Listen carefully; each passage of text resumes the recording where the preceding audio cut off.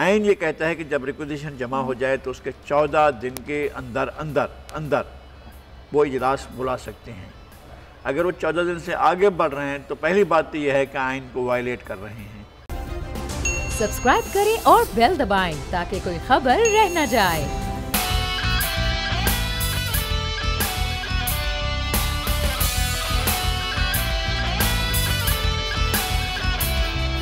अस्सलाम वालेकुम नाज़रीन, प्रोग्राम में आपको खुश आमदेद कहेंगे। मैं हूं आपके साथ सहरिश ज़ुहैब और मेरे साथ मौजूद है बोल टीवी के एडिटर इन चीफ नज़ीर लगारी साहब।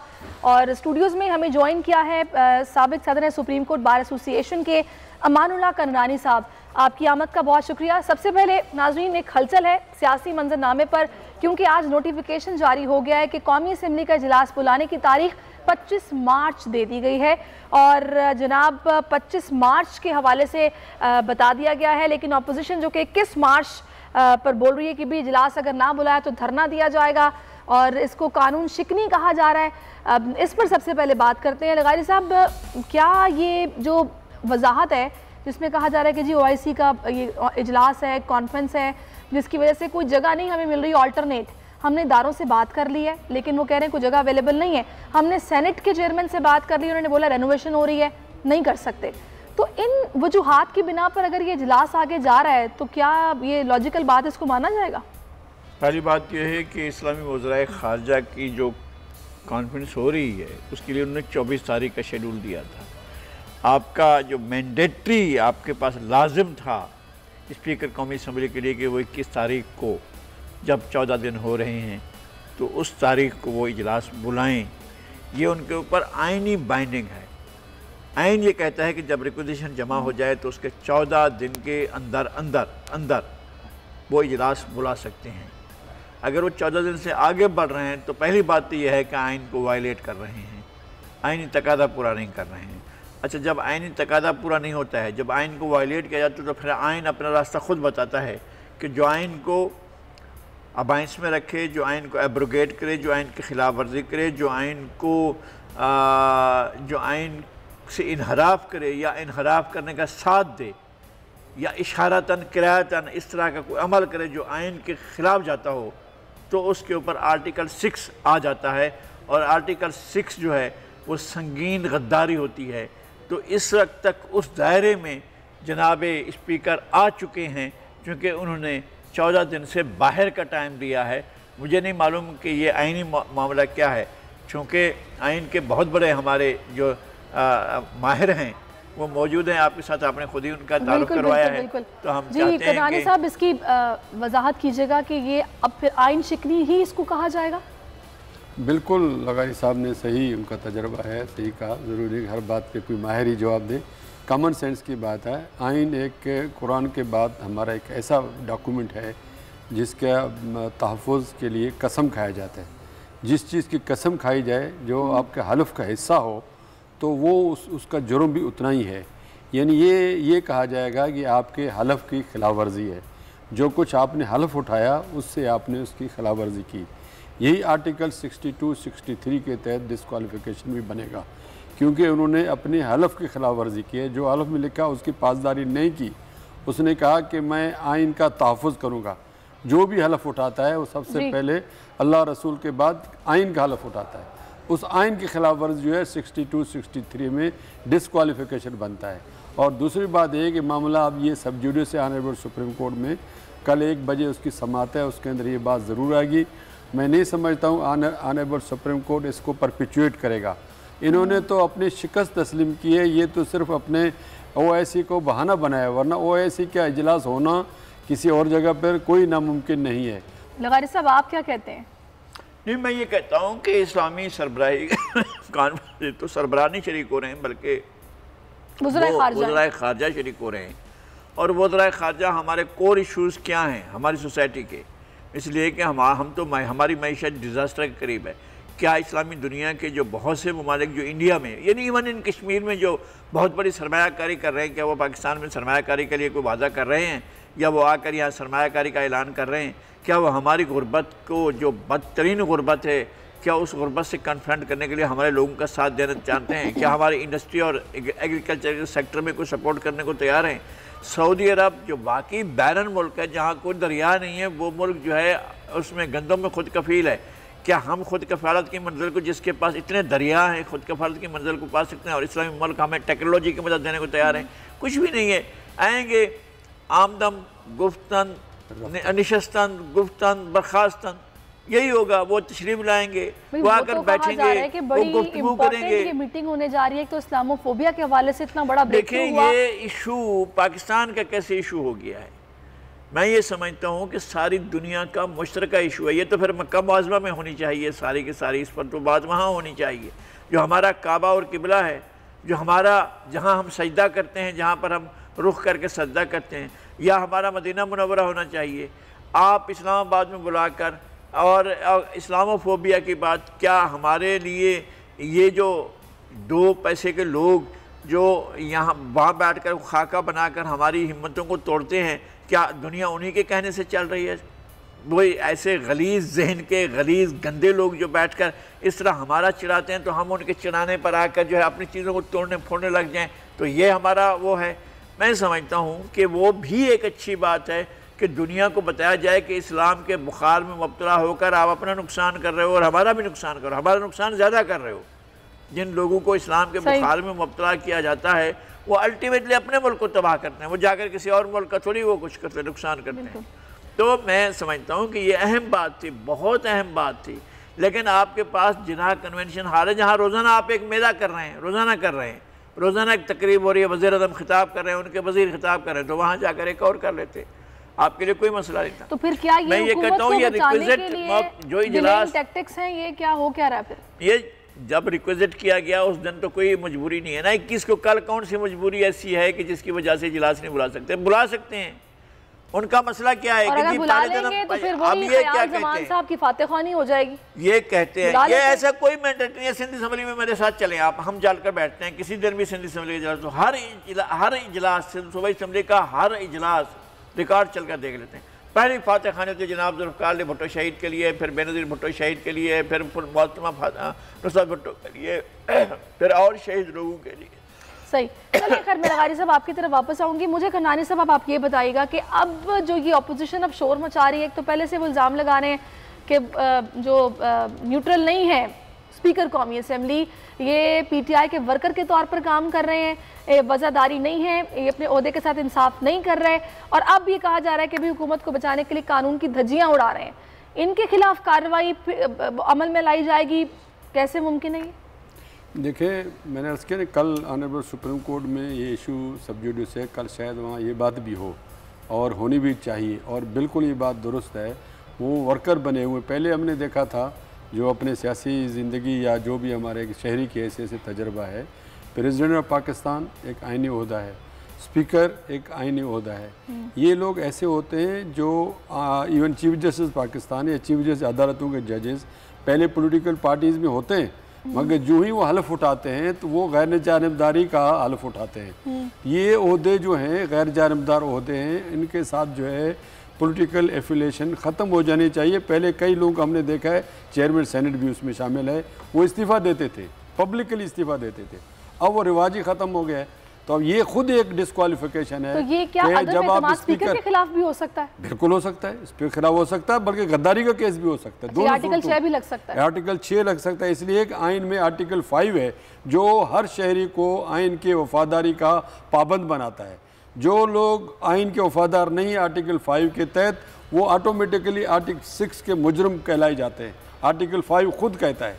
तो जो आइन के हलफ का, आइन के अंदर जो दिए गए तकाजे उनको पूरा नहीं करता है, वो आर्टिकल 6 का मुजरिम है। तो यानी कि बस फिर जब ये इक़्तिदार से जाएंगे तो फिर आगे इनके लिए केसेस भी तैयार हैं, प्रोसिक्यूशन हो सकती है, उनकी प्रोसिक्यूशन हो सकती है। इसलिए कि जो कानून को एब्रोगेट करे, अबाइंस में रखे, अगर उसको तोड़ता है तो वो इसके खिलाफ जाता है और उसके खिलाफ आइन खुद ये कार्रवाई तक करता है कि जनाब उसको हाई ट्रीजन में उसके ऊपर मुकदमा किया जाएगा, संगीन गद्दारी का मुर्तकिब करार देकर उसके खिलाफ केस बनाया जा सकता है।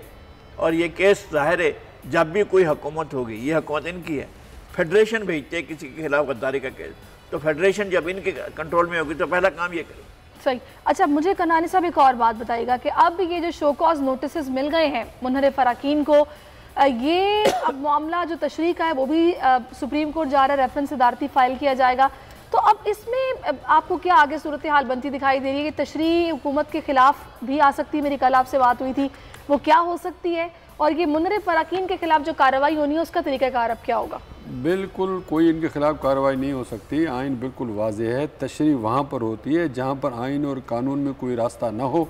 जैसे अभी जनाब जुल्फ़िकार अली भुट्टो शहीद के बारे में एक रेफरेंस पेंडिंग है, तो उसमें जो क्वेश्चन बनता है वो ये जो उन्होंने किया था कि जनाब एक तरफ जो है 7 जज थे, 7 में से 3 ने जो है उनको बरी कर दिया था, एक ने आकर कन्फेस किया कि हमें दबाव के तहत हमसे फैसला लिया गया, तो 4 का एक अक्सरियत आ गया। तो आया उनको जो सज़ा थी वो दुरुस्त थी या नहीं, चूँकि उसकी रिव्यू तक भी डिसमिस हो गए। तो ये इस तरह का क्वेश्चन है कि जो सुप्रीम कोर्ट रिजॉल्व कर सकती है, मगर उस पर सुप्रीम कोर्ट ने आज तक कोई कार्रवाई नहीं की, 1-2 पेशियाँ करके ख़त्म हो गया। ये 186 का जो सवाल है, ये ऐसा सवाल नहीं है कि जिसके लिए सुप्रीम कोर्ट पाबंद है। फिर भी ऑनरेबल सुप्रीम कोर्ट ने ये कह दिया है कि आप ये क्वेश्चन लाएं, हम आपको इसका जवाब दे देंगे। और ये भी कहा चीफ जस्टिस साहब ने कि हम आइन से बाहर नहीं जा सकते। तो आइन के अंदर वाज़े लिखा हुआ है। बड़ी माजरत के साथ मैं थोड़ा सा भी मुझे लगारी साहब, बड़ा एक इंटरेस्टिंग मामला, आज एक वीडियो सामने आई है जिसमें नुसरत वाहिद साहिबा जिन्होंने कहा है कि उनको पीपल्स पार्टी ने 16 करोड़ रुपए की ऑफ़र की और साथ में स्पेशल सीट जो है उसकी भी ऑफ़र की है। उन्होंने कहा मैं हराम का पैसा नहीं लूँगी, इसलिए मैं वीडियो में आके बता रही हूँ कि इतने पैसों की ऑफ़र कर रहे हैं। तो उसका तो महंगाई काफ़ी हो गई है, 16 करोड़ रुपये अच्छी खासी अमाउंट है। पहले सुना जाता था 3-4 करोड़ में, 5 करोड़ में डील डन हो जाती थी, 16 करोड़ रुपया। इस तरह के मेरे ख्याल में आपको सैकड़ों मैं वीडियोस जो बाद में चलाए गए हैं, वो अगर सारे दिखाऊं कि मैंने 300 कत्ल किए हैं, और वो भी एक एक करके इस बाइज्जत बरी होते आ रहे हैं जिन लोगों ने इस तरह के कन्फेशन किए हैं।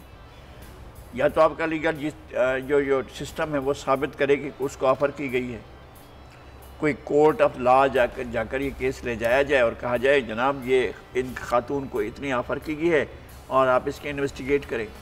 एक कमीशन बना दें वज़ीर आज़म के, जनाब वो इन्वेस्टिगेट करें इस खातून के बयान पर कि इनको पीपल्स पार्टी ने सिंध में, पंजाब में कहीं भी ऑफ़र की है, और उसके बाद सज़ा दे दें किसी को भी पकड़ कर जो भी उसमें आता हो उसकी जद में।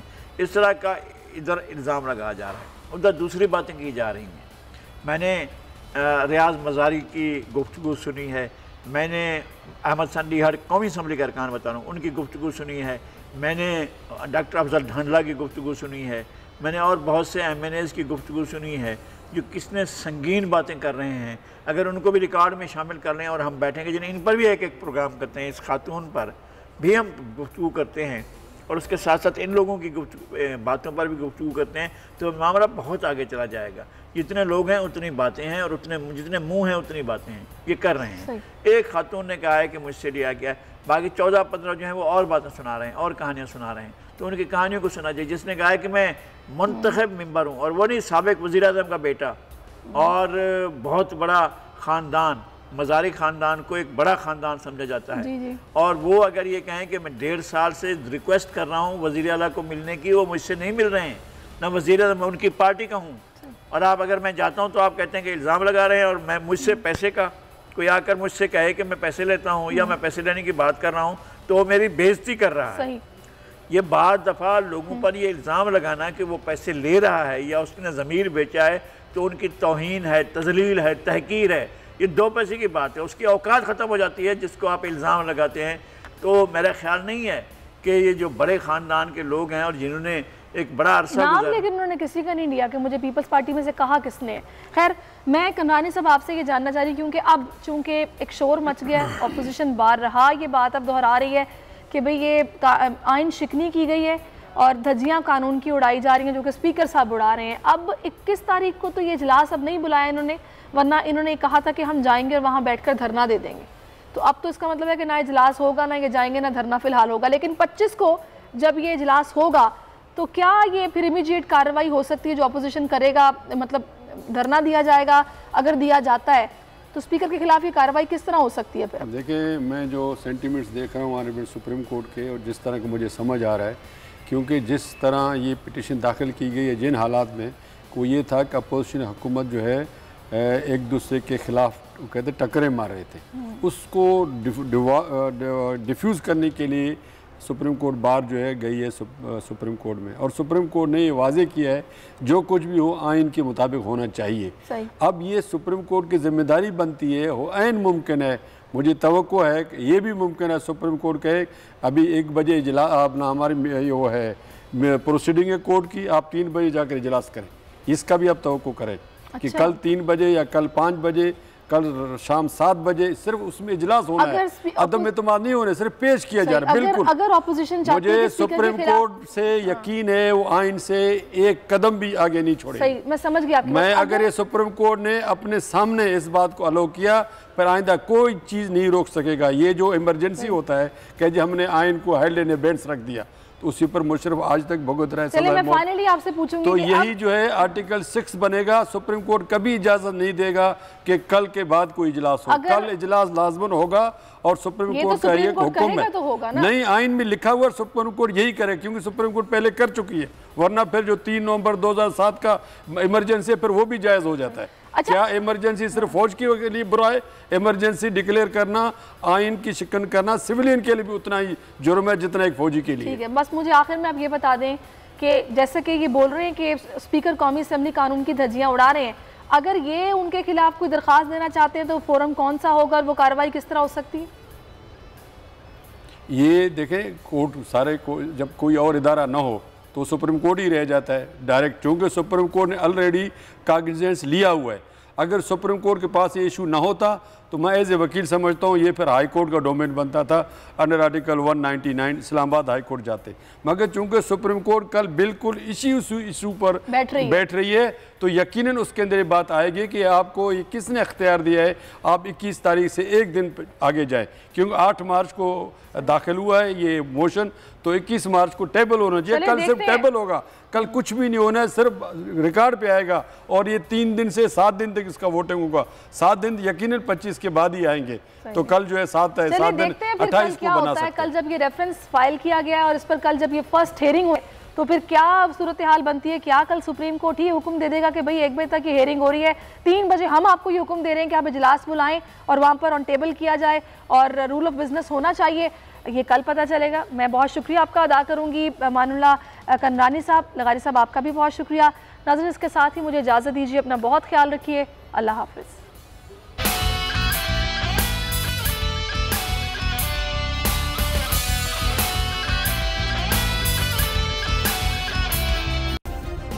सब्सक्राइब करें और बेल दबाएं ताकि कोई खबर रह न जाए।